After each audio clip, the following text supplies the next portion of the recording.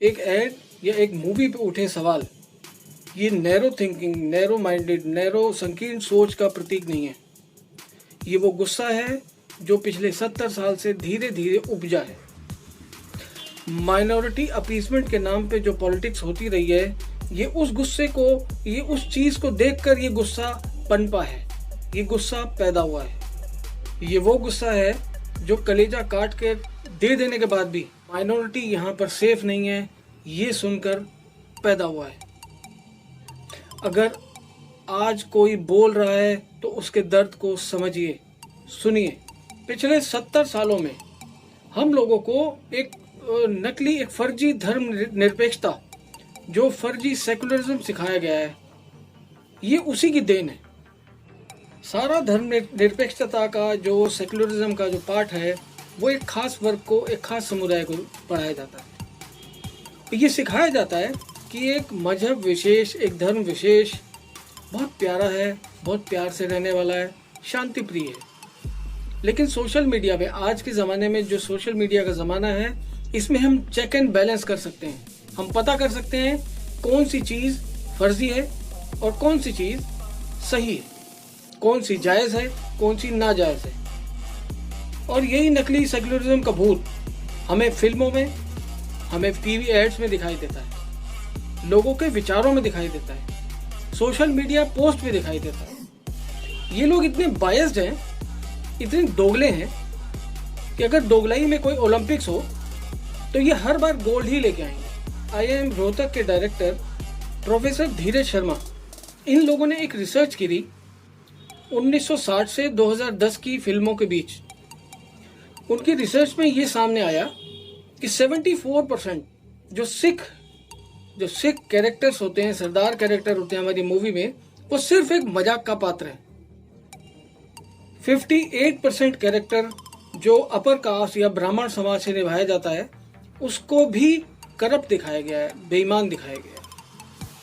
जो पॉलिटिशियंस हैं वो करप्ट होते हैं, जो ब्राह्मण समाज के हैं, तिलक लगाते हैं, तिलकधारी हैं, ये सब कैरेक्टर एक छवि पेश की गई है पिछले 70 सालों में हमारी मूवी के अंदर। 62% जो व्यापारी वर्ग से लोग आते हैं, बनिया समाज के लोग हैं, उन लोगों को भी भ्रष्ट दिखाया गया है, बेईमान दिखाया गया है। और 90% से ऊपर जो है मुस्लिम समाज को के कैरेक्टर को ये दिखाया गया है कि वो ईमान का बड़ा पक्का होता है, समाज के लिए बहुत सच्चा होता है। हमारी हर 10 में से 8 पाक ओरिएंटेड मूवी, ऐसी मूवीज जिसमें पाकिस्तान को ध्यान में रख के जिसको बनाया गया है, उसमें 80%, 10 में से 8 मूवी में पाकिस्तानी नागरिक को, पाकिस्तानी सिटीजन्स को बहुत ईमानदार और प्रेम से रहने वाला, शांति से के साथ रहने वाला समुदाय दिखाया गया। ये उतना ही सत्य है जितना मोर के आंख से बहने वाले आंसुओं से मोरनी का गर्भवती हो जाना। ऐसा सिर्फ मूवी या टीवी एड्स में नहीं होता, ये हमारे जो सो कॉल्ड जर्नलिस्ट हैं, जो सेक्युलर जर्नलिस्ट हैं, उनकी जर्नलिज्म में भी देखा गया है।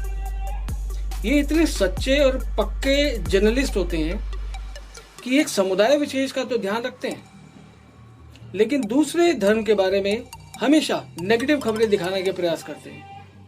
एक समुदाय विशेष को हमेशा सच्चा और साफ दिखाने की कोशिश करते हैं और दूसरे को हमेशा नीचा। पहले न्यूज़ चैनल में जो भी न्यूज़ दिखाई जाती थी उसे सच मान लिया जाता था, क्योंकि सोशल मीडिया नहीं था, चेक एंड बैलेंस की फैसिलिटी नहीं थी। आज के समय में, सोशल मीडिया के समय में, हमारे पास ये फैसिलिटी, ये सुविधा है। हम किसी भी खबर को, वो कितनी प्रमाणिक है, कितनी सच है, इसका वो जांच सकते हैं। इस फर्जी पत्रकारिता में, इस नकली सेकुलरिज्म के जर्नलिज्म में बहुत सारे लोग हैं। ये भी बहुत सारे लोग हैं, नाम गिनवाने जाऊं तो कम पड़ जाएंगे। ये लोग इतने बायस्ड हैं कि एक खास तरह की खबर को चलाना पसंद करते हैं। जैसे मैं अभी आपको एग्जांपल दूं, अभी पीछे तनिष्क की एड के ऊपर बवाल हुआ था, वो एड वापस ले ली गई तनिष्क के द्वारा। वो क्या कारण था, क्या नहीं था, मैं उसमें अभी नहीं जाना चाहता। लेकिन इस खबर के आने के बाद एक खास पत्रकार जिन्हें रबिश भी कहा जाता है, वो रबिश पत्रकार ये दिखाने का प्रयास करते हैं अपने न्यूज़ चैनल में कि गुजरात में एक तनिष्क के शोरूम में तोड़फोड़ की गई, आगजनी की गई, हमला कर दिया गया, जबकि शाम आते आते तक उस तनिष्क के शोरूम के मैनेजर ने खुद सामने आके कहा अपने शोरूम को दिखाते हुए कि यहाँ ऐसा कुछ भी नहीं हुआ।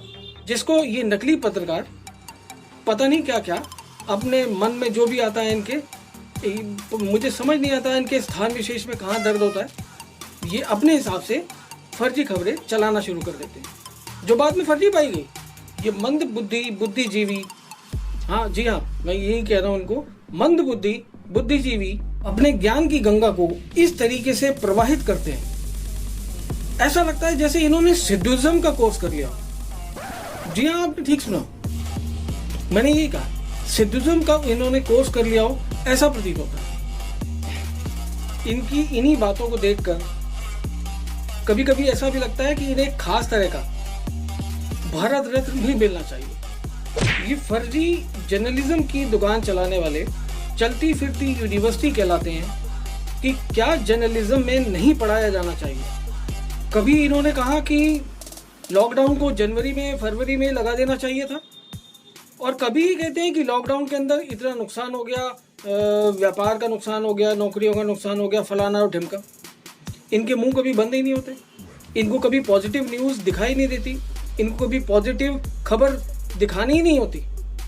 ये नकारात्मकता से भरे हुए वे मटके हैं जिन पर आकर चौपाया अपनी एक टांग उठा देता है। ये जो फिल्मों और जो एड्स में जो हो रहा है आजकल, या लोग जो इसके ऊपर रिएक्शन दे रहे हैं, ये स्वाभाविक है, क्योंकि हमने देखा काफ़ी सालों से ये जो फ्रीडम ऑफ स्पीच या फ्रीडम ऑफ एक्सप्रेशन का जो वन वे स्ट्रीट कर दिया गया था, एक तरफा लेन, जिसमें हमेशा एक्सप्रेशन को, अभिव्यक्ति को अभिव्यक्त करने के लिए एक ही रास्ता अख्तियार किया जाता है।